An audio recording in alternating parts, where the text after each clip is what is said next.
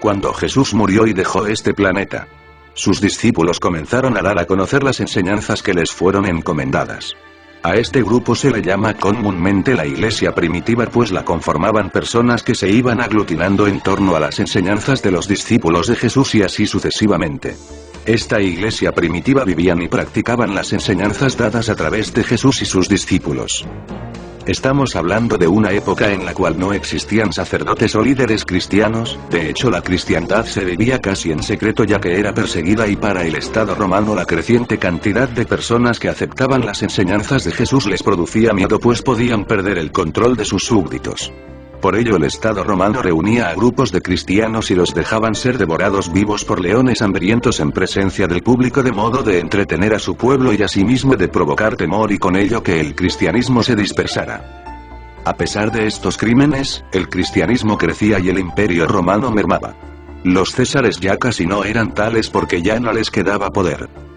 En el año 313 de la era cristiana, el emperador Constantino ya había sido sobrepasado, esto lo obligó a promulgar su famoso decreto de tolerancia, lo que logró que algunos cristianos salieran a la luz pública.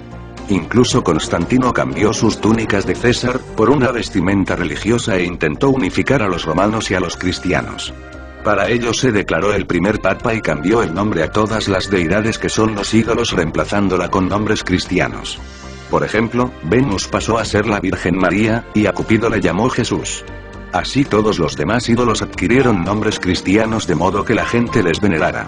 Aquí nace la Iglesia Católica Apostólica Romana. Los verdaderos cristianos de entonces se dieron cuenta de lo que Constantino estaba creando un monstruo y huyeron de Roma, manteniéndose en la clandestinidad por cerca de 1000 años.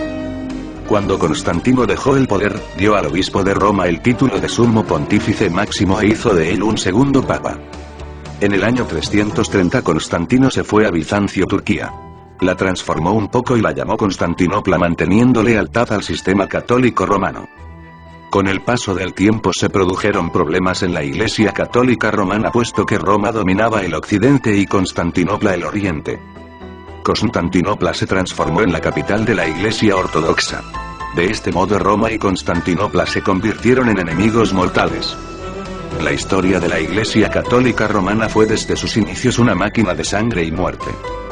Por ese entonces Roma ya era asidua de las macabras cruzadas en las cuales en nombre de la autoridad de la Iglesia Católica se asesinó a miles y miles de seres humanos. Es así que en el año 1204 la Iglesia Católica Romana, dirigida por el Papa Inocente III, embiste a su hija, la Iglesia Ortodoxa, invadiendo a Constantinopla.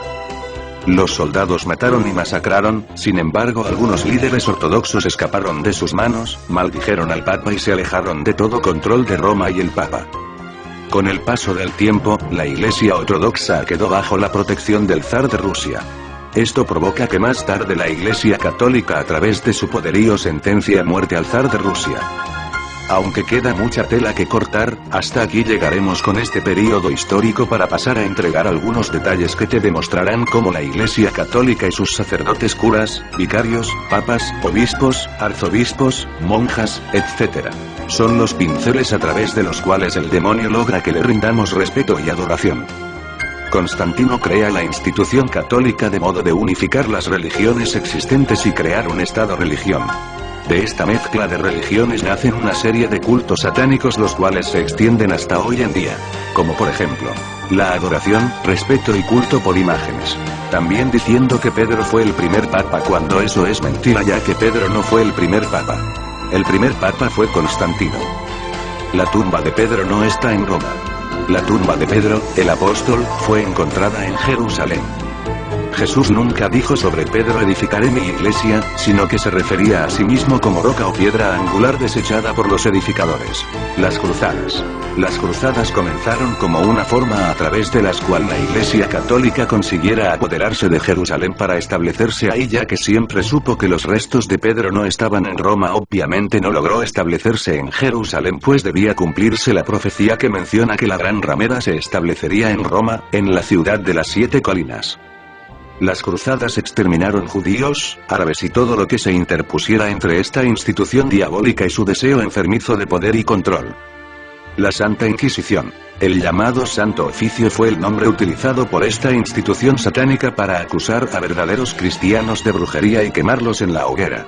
Recordemos que los verdaderos cristianos debieron de estar ocultos por un largo periodo luego del nacimiento de esta institución y debían ser eliminados. Durante este periodo la Iglesia decretó la prohibición de leer o poseer una Biblia bajo pena de muerte. En la actualidad el brazo que maneja el Santo Oficio cambió de nombre a Congregación para la Doctrina de la Fe y fue dirigido durante 24 años por el actual jefe visible del Vaticano. El ex soldado nazi y actual Papa Benedicto XVI. Milagros y apariciones. Todo demonio tiene la capacidad de crear milagros. Vírgenes que lloran sangre, estigmas, apariciones, los secretos de Fátima, fantasmas, recuperaciones milagrosas provocadas por tal o cual santo son solo señales para que abramos los ojos y veamos lo que realmente son producto de la mano de Satanás y de sus sirvientes.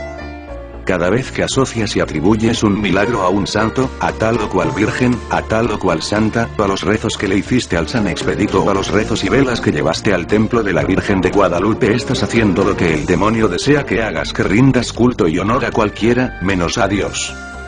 Recordemos que el demonio y sus ángeles caídos fueron echados del cielo y cayeron en la tierra. Ellos tienen capacidades y poderes. Y no creas que son pocos. El demonio se trajo consigo a una tercera parte de los ángeles con él. El demonio tiene poder en la tierra, así como sus ángeles, de modo de extraviar y engañar a la humanidad. ¿Pero por qué a la humanidad? Simple, porque somos la creación más amada de Dios.